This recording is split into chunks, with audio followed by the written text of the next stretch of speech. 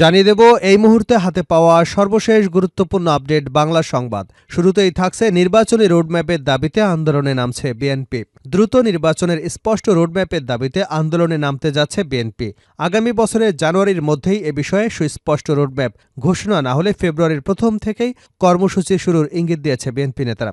এর সঙ্গে দ্রব্যমূল্যের ঊর্ধ্বগতি, আইনশৃঙ্খলা পরিস্থিতির অবনতি সহ অন্যান্য দাবিও থাকছে। বুধবার জাতীয় স্থায়ী কমিটির বৈঠকে এ বিষয়ে নীতিগত সিদ্ধান্ত হয়। এবারে জানাবো সরকারের ব্যর্থতার বড় মাপকাঠি জুলাই আন্দোলনে শহীদদের খুনিদের বিচার করতে না পারা। বর্তমান সরকারের ব্যর্থতার সবচেয়ে বড় প্যারামিটার হবে জুলাই আন্দোলনে নিহত শহীদদের হত্যাকারীদের বিচার করতে না পারা। গত ১৬ বছর আমরা একটা স্বৈরাচার সিস্টেমকে চালু রাখতে সহযোগিতা করেছি, এ দায় আমাদের সবার। জানাবো রাজধানীতে ছাত্রদলের পদবঞ্চিতদের বিক্ষোভ। বিএনপির ভারপ্রাপ্ত চেয়ারম্যান তারেক রহমানের বিরুদ্ধে দায়েরকৃত প্রহসনমূলক সব মামলা নিঃশর্ত প্রত্যাহার এবং পতিত স্বৈরাচার সরকারের প্রধান শেখ হাসিনাকে ফাঁসির দাবিতে রাজধানীতে বিক্ষোভ মিছিল করেছে ছাত্রদল কেন্দ্রীয় সংসদের পদবঞ্চিত নেতারা। এবারে থাকছে বর্ষসেরা বাংলাদেশ।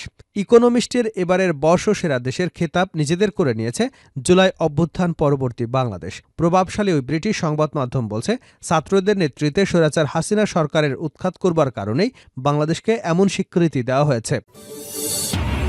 এদিকে শর্ষায় ভিজিডি চাল ছিনতাই, স্বেচ্ছাসেবক দলের ৩ নেতার পদ স্থগিত। যশোরের শর্ষা উপজেলার বাগ আছড়া এলাকায় ভিজিডির ২০ বস্তা চাল ছিনতাইয়ের অভিযোগে উপজেলা স্বেচ্ছাসেবক দলের ৩ নেতার দলীয় পদ স্থগিত এবং শোকজ করা হয়েছে।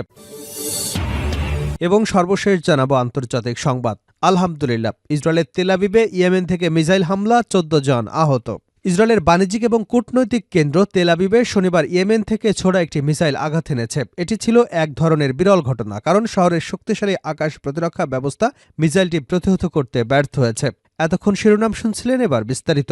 প্রিয় দর্শক, আপনি যদি এই চ্যানেলে নতুন হয়ে থাকেন, ভিডিওটি দেখতে দেখতে চ্যানেলটি সাবস্ক্রাইব করে আমাদের সঙ্গে থাকুন। আর এই ভিডিও সম্পর্কে আপনি আপনার মূল্যবান মতামতটি কমেন্ট বক্সে জানিয়ে দিন। আর হ্যাঁ প্রিয় দর্শক, জানিয়ে দিন ভিডিওটি কোথা থেকে দেখছেন।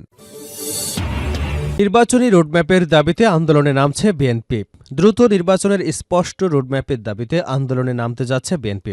আগামী বছরের জানুয়ারির মধ্যেই এই বিষয়ে সুস্পষ্ট রোডম্যাপ ঘোষণা করা না হলে ফেব্রুয়ারির প্রথম থেকেই কর্মসূচি শুরুর ইঙ্গিত দিয়েছেন বিএনপি নেতারা।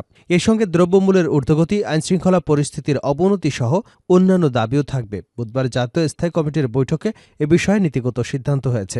এর মধ্যে দলটি ত্রয়োদশ জাতীয় সংসদ নির্বাচন ইস্যুতে অন্তর্বর্তী সরকারের প্রধান উপদেষ্টা ঘোষিত সম্ভাব্য সময়ের ব্যাপারে অসন্তুষ্টি প্রকাশ করেছে। পাশাপাশি নিত্য প্রয়োজনীয় দ্রব্যমূল্যের ঊর্ধ্বগতি সহ দেশে নানা অস্থিরতা নিয়েও উদ্বেগের কথা জানিয়েছে। এমন প্রেক্ষাপটে নির্বাচন এবং আন্দোলন ইস্যুতে নতুন কৌশল ঠিক করেছে বিএনপি। এরই অংশ হিসেবে চলমান পরিস্থিতি, নির্বাচন এবং মাঠের কর্মসূচির বিষয়ে মিত্র রাজনৈতিক দলগুলোর সঙ্গে ফের বৈঠকে বসছে। আজ থেকে বৈঠক শুরু হতে যাচ্ছে। সমমনা ফ্যাসিবাদ বিরোধী আন্দোলনে অংশ নেওয়া অন্তত ৫০টি রাজনৈতিক দলের সঙ্গে ধারাবাহিকভাবে বৈঠক হবার কথা রয়েছে। সংস্কার ও জাতীয় নির্বাচনের সময় নিয়ে রাজনৈতিক অঙ্গনে নানা আলোচনা সমালোচনার এই মুহূর্তে মিত্রদের সঙ্গে বৈঠকের তাৎপর্যপূর্ণ বলে মনে করা হচ্ছে। সংশ্লিষ্ট সূত্রে জানা গেছে সব তথ্য। এদিকে শুক্রবার লন্ডনে গেছেন বিএনপির স্থায়ী কমিটির সদস্য সালাউদ্দিন আহমেদ। সেখানে দলের ভারপ্রাপ্ত চেয়ারম্যান তারেক রহমানের সঙ্গে তার একাধিকবার সাক্ষাৎ হবার কথা রয়েছে। একটি সূত্র জানিয়েছে, সবকিছু ঠিক থাকলে চলতি মাসের শেষে উন্নত চিকিৎসার জন্য বিএনপি চেয়ারপারসন খালেদা জিয়ার লন্ডনে যাবার কথা। এর আগে সালাউদ্দিন আহমেদের লন্ডন সফরও অনেক তাৎপর্যপূর্ণ বলে মনে করছেন সংশ্লিষ্টরা। জানতে চাইলে লিয়াজো কমিটির সদস্য দলটির ভাইস চেয়ারম্যান মোহাম্মদ শাহজাহান বলেন, ফ্যাসিবাদ বিরোধী আন্দোলনে অংশগ্রহণকারী রাজনৈতিক দলগুলোর সঙ্গে শনিবার থেকে ধারাবাহিক বৈঠক হবে। নির্বাচন সহ সাম্প্রতিক বিষয়ে গুরুত্ব দিয়ে সেখানে আলোচনা হবে। সরকারের ব্যর্থতার বড় মাপকাঠি জুলাই আন্দোলনে শহীদদের খুনিদের বিচার করতে না পারা সার্জিস আলম। বর্তমান সরকারের ব্যর্থতার সবচেয়ে বড় প্যারামিটার হবে জুলাই গণ আন্দোলনে নিহত শহীদদের হত্যাকারীদের বিচার করতে না পারা।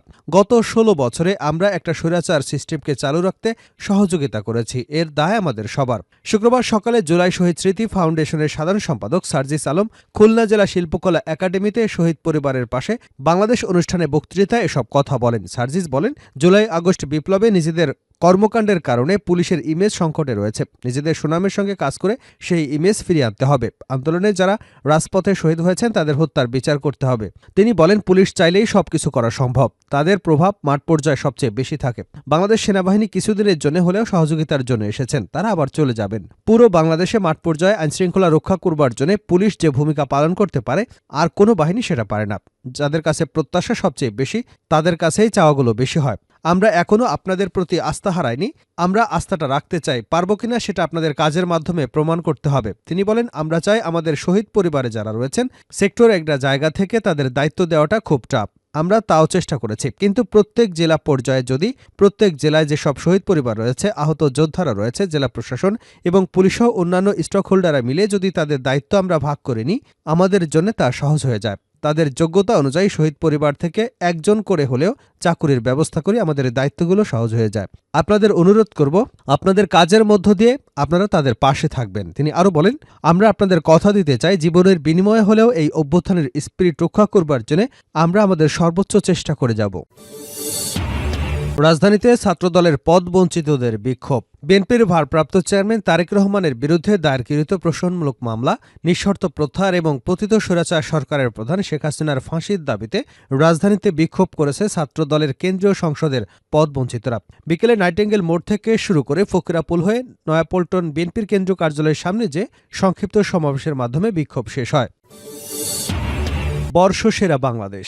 ইকোনমিস্টের এবারের বর্ষসেরা খেতাব নিজেদের করে নিয়েছে জুলাই অভ্যুত্থান পরবর্তী বাংলাদেশ। প্রভাবশালী ওই ব্রিটিশ সংবাদ মাধ্যম বলছে, ছাত্রদের নেতৃত্বে স্বৈরাচার হাসিনা সরকার উৎখাত করবার কারণেই বাংলাদেশকে এমন স্বীকৃতি দেওয়া হয়েছে। জুলাই আগস্ট গণ আন্দোলনের অংশীজনরা বলছেন, এই আন্তর্জাতিক স্বীকৃতিকে তারা জনগণের কাছে ফিরিয়ে দেবেন। আর স্বীকৃতি ধরে রাখতে বাংলাদেশের প্রশ্নে ঐক্যবদ্ধ হবার কোনো বিকল্প দেখছেন না বিশ্লেষকরা।